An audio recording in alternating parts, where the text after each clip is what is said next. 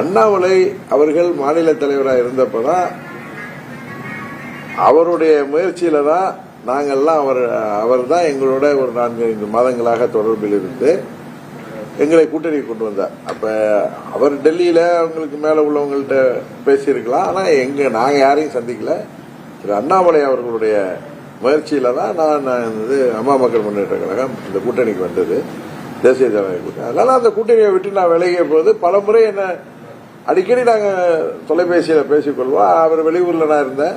அந்த நேரத்துலலாம் நான் திருநெல்வேலி, அங்க தஞ்சை மாவட்டத்துக்குள்ள திருமங்கலத்துக்கு போயிருந்தேன்.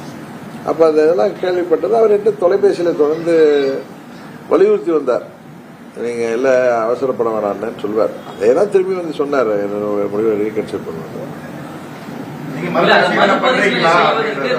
இல்ல அது உங்களுக்கு எல்லாருக்கும் கிளியரா தெரியும். அது மறுபரிசீலனை செய்ய முடியுமா முடியாதாங்கிறது உங்களுக்கு தெரியும். அதனால என்னை பொறுத்த வரைக்கும் பழனிசாமி முதலமைச்சர் வேட்பாளர் அப்படிங்கிற ஒரு என்டிஏ கூட்டணியின் முதலமைச்சர் வேட்பாளர் என்கிற முறையில அவர்கள் அதுல தொடர்ந்த பட்சத்தில் என்னால அதை மறுபரிசீலனை செய்வதே முடியாது என்பதுதான் உண்மை.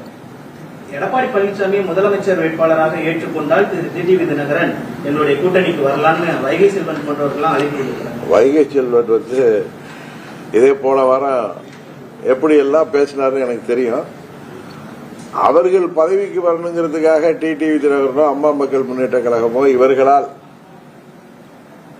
துரோகத்திற்கு உள்ளாக்கப்பட்ட நாங்கள் பழனிசாமியை முதல்வராக்க வேண்டும் என்பதற்காக அந்த கூட்டணியை ஏற்றுக்கொள்ள வேண்டும் என்று அவர்கள் சொல்வது அது நியாயமாக தெரியவில்லை.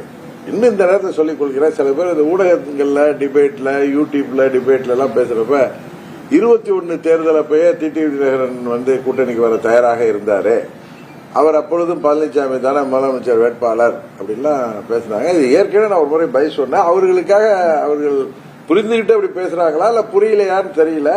அந்த ஊடகங்கள் எங்கள் கட்சியை சேர்ந்த எங்கள் கொள்கை பரப்பு செயலாளரோ சென்னையில் இருக்கிற எங்க துணை பொதுச் செயலர் கூப்பிட்டா அந்த எங்களை பத்தி ஒருத்தவங்க டிபேட் நடத்துறப்ப எங்க கட்சியில உள்ளவங்களை கூப்பிடணும். ஏதோ 1-2 கூப்பிடுறீங்க, அவரை விட்டுட்டு யாரையோ விட்டு பேச சொல்லிட்டு நீங்க அப்படியே அமைதியாக இருப்பது அது ஊடக தர்மத்துக்கோ அந்த நெறியாளருக்கு நல்லா இருக்குதான்னு தெரியல.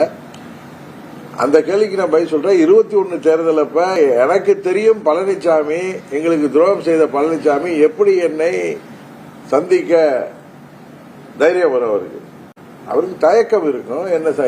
என்னையோட அவர் கூட்டணிக்கு வருவதற்கு வாய்ப்பே இல்லை. As long as he is the General Secretary of ADMK or he is the deciding authority of ADMK. Correct தானே?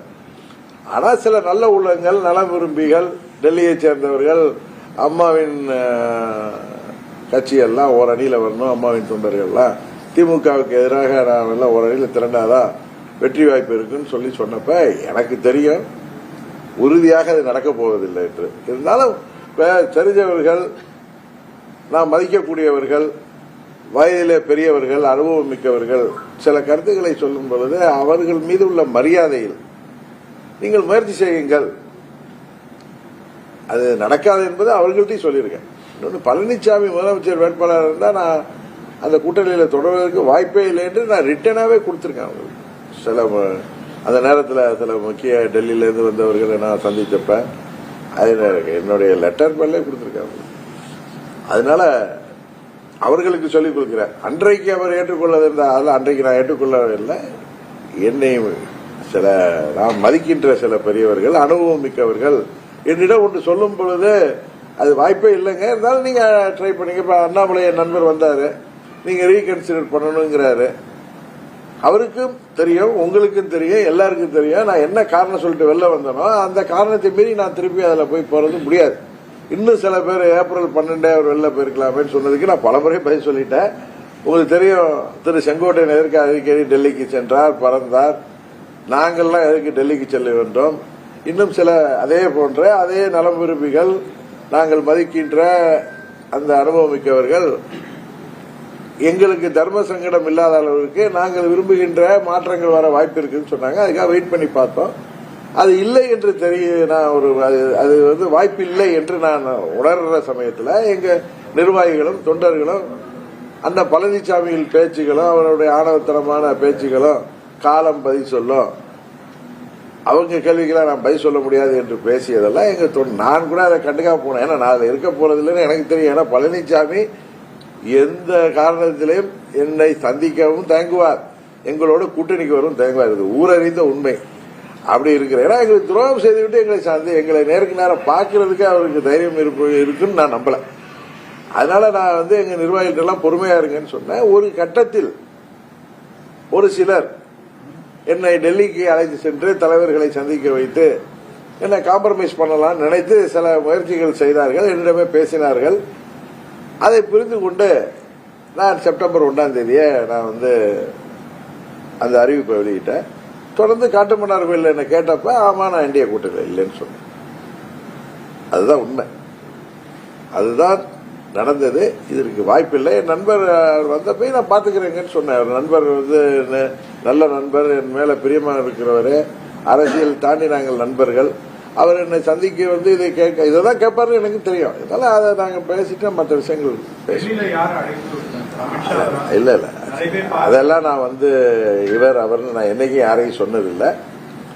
சில தலைவர்களே என்னை சந்திக்க வைத்து என்னை காம்ப்ரமைஸ் பண்ணலாம் அப்படின்னு சிலர் முயற்சி, அவங்க முயற்சியில நான் தவறா சொல்லலைன்னா நான் கூட்டணியில இருக்கிறேன்.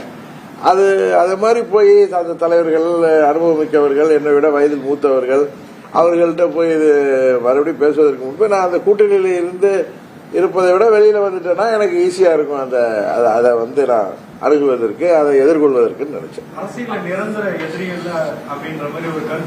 இல்ல, அரசியல் நிரந்தர எதிரியும் இல்ல, நிரந்தர நண்பரும் இல்ல. பட் துரோகியை என்றைக்கும் நண்பரா ஏத்துக்கிறது இது வரைக்கும் அரசியல்ல இப்படி ஒரு துரோகம் செய்த நம்பால் பயன்பெற்று இன்னும் சில பேர் கூட பேசுறாங்க. சில அறிவாளிகள், மேதைகள் ஊடகங்கள்ல நீங்க வாய்ப்பு கொடுக்கிறப்ப டிபேட்டுங்கிற பேர்ல பெரியவர் வைகோ அவர்கள் திரும்பவும் திமுகவுக்கு போல என்ன அப்படி கிடையாது. அவருடைய தலைவர் மறைந்த திரு கலைஞர் அவர்கள் கலைஞருடைய தொண்டராக இருந்து 3 முறை அங்க பாராளுமன்ற ராஜ்யசபா உறுப்பினராக இருந்தவர் வைகோ. ஏதோ மன கசப்புல அவர் கட்சியை விட்டு வெளியேறிருக்கலாம், கட்சியை விட்டு.